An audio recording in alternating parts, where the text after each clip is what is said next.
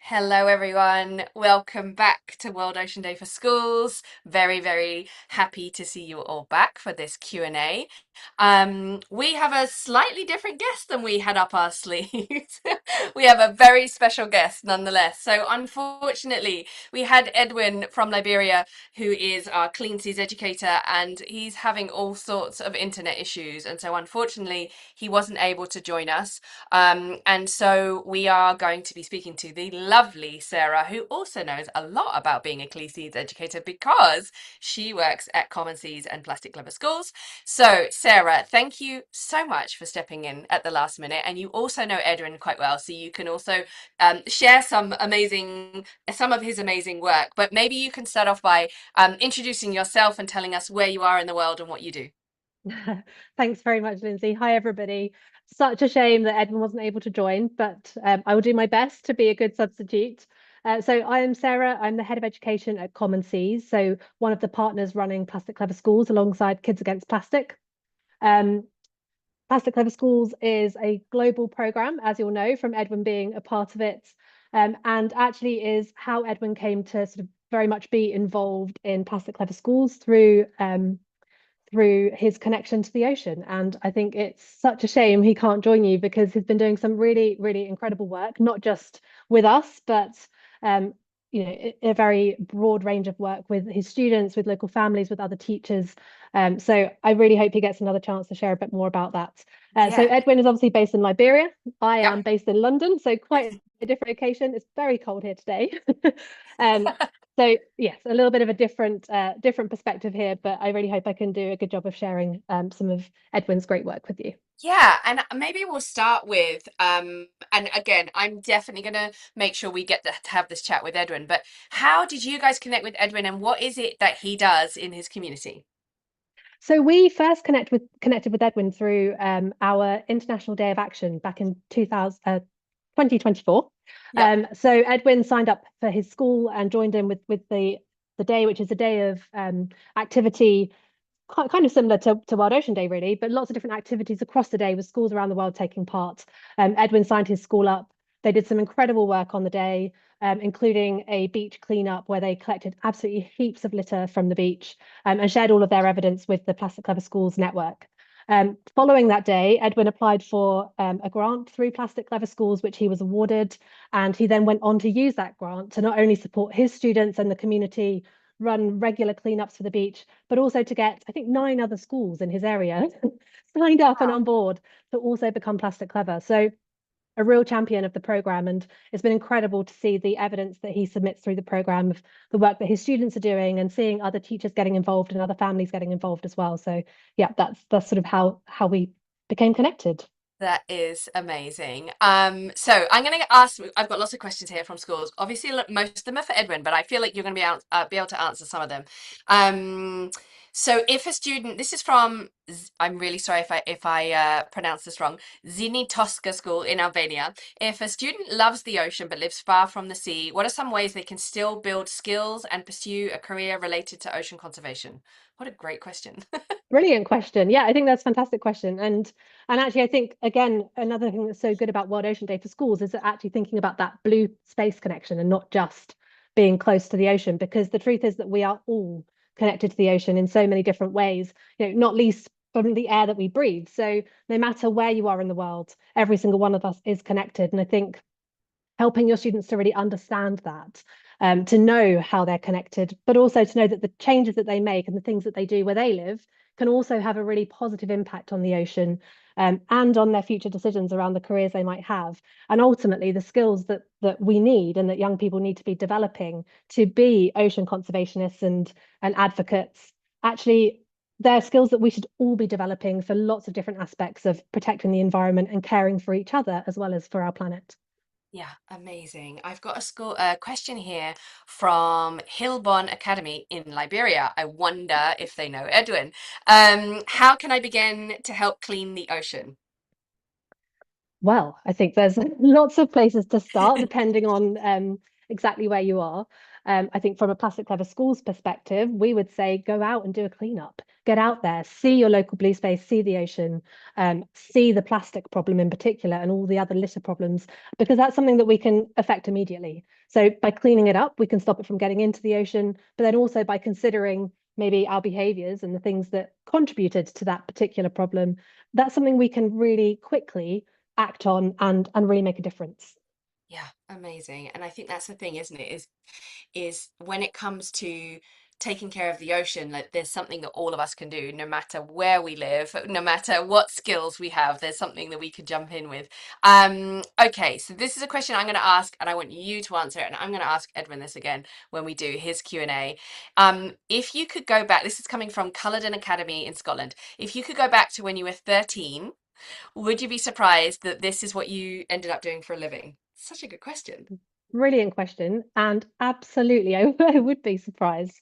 Not so much in terms of education. I think I wanted to be a teacher for a long time, but I don't Yeah. think I ever expected my career path to go down the environmental route, and particularly to become so connected to the ocean.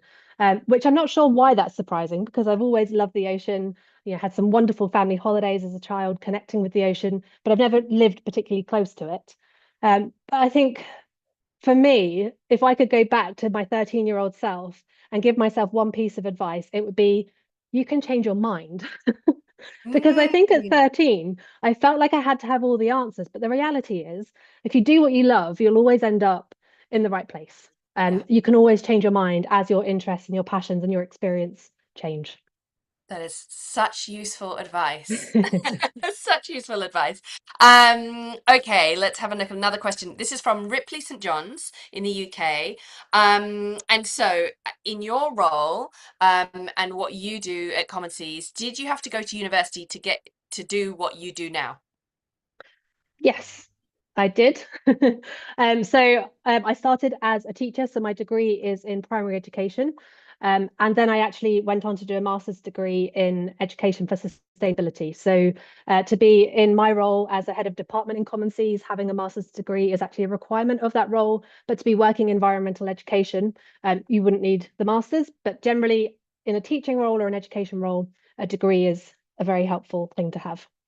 Yeah, and I think this kind of talks, I guess it's useful to talk about this because there are many people who work as educators, as teachers in schools and in kind of universities and that sort of thing. And then there are other ocean educators who aren't working in schools. Maybe they're working in local communities, maybe they are working alongside a school. And so I think it's really interesting to see the different ways that we can teach people about the ocean. And also there are many, many jobs where we are connecting people to the ocean. Maybe you are a windsurfing instructor, or maybe you're a Exactly. diving instructor, like Ricky was this morning, and he's doing some education as part of his job, even though he's not an actual teacher. So I think it's really interesting to see how different people use education. And am I right in saying Edwin isn't a teacher? He just goes into schools and works with schools in his community? Excellent question. I thought he was particularly an educator connected to a specific school, but a question to check with Edwin Yes, on we that will. one. We And I will. think, yeah, absolutely, there's lots of different ways to go into the education route. For my role in particular, I would need a degree. But actually, I think worth noting that my specialism in my degree was art. So actually, there's even in the degree route, there's lots of different ways to find yourself in an ocean career. So yes, totally an important point. There's so many different pathways, and I think that's why this event and this theme for this year is just so important. Yeah, amazing. We've just had another question come in. What is your favorite thing about the ocean?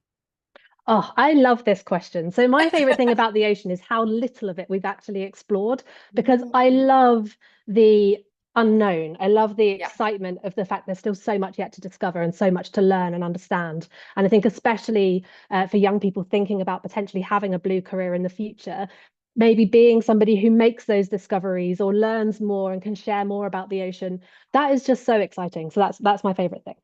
that's so cool. And it's so funny because this morning somebody asked Ricky, our shark whisperer, if he thought that there were if there were shark species that hadn't been discovered yet. And he told us that he works alongside a shark scientist in New Zealand who is still discovering new species of deep water sharks. So yeah, there's still lots to explore. And also, Amazing.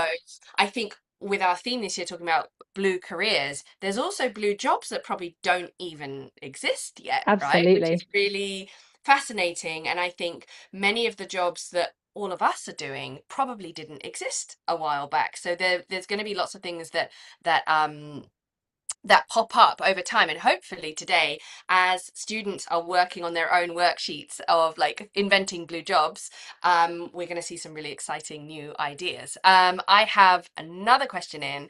Let's have a look. What inspired, this is from St. Luke's in the UK, what inspired you to do the work that you do? Brilliant question. So I actually, when I finished college, I took a bit of time away before I went to university and I volunteered with some environmental projects.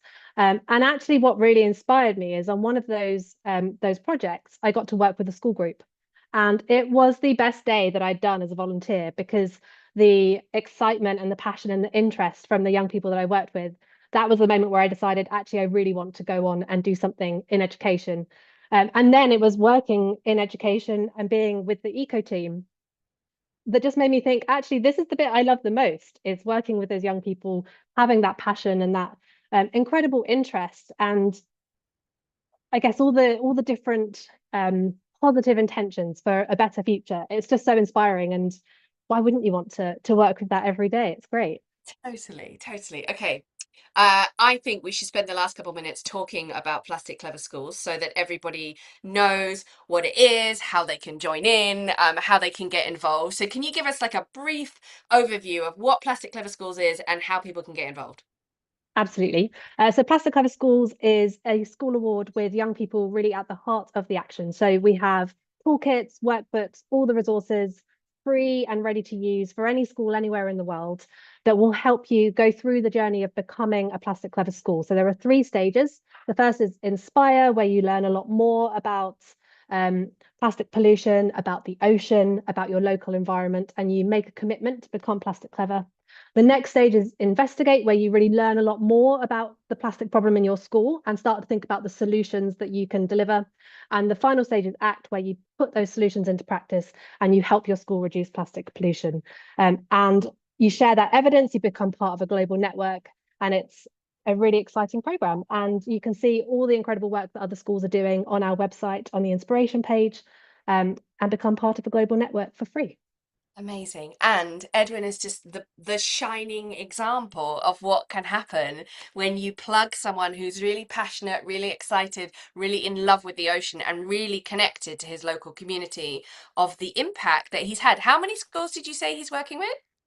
I think it's 9, but I haven't checked for a while, so I could double check that. But actually, on the Plastic Clever Schools inspiration page at the top, there's a starred case study of Edwin's work. So if you want to learn more Amazing. about it, please check it out there. You can see some more information about the incredible work he's been doing, alongside some great pictures of the students he's working with. That is so, so cool. So what we are going to do is we're going to get an extra bonus Q&A with Edwin, which we will hopefully record in the next couple of days so that we can share it with everyone who is live here with us today. And we will keep all of these amazing questions because there were a bunch of questions that I couldn't ask you, Sarah, because they were very specific for Edwin. And so we will do that and then share it with everyone. But Sarah, thank you so much for joining us. I know that was a very last minute ask and we're very, very grateful, especially on World Ocean Day because we know how busy you are. So thank you so much for all your work. Thank you for sharing Plastic Clever Schools and have a lovely rest of your day. No problem. Thanks so much for having me. Bye. Thank you. Bye.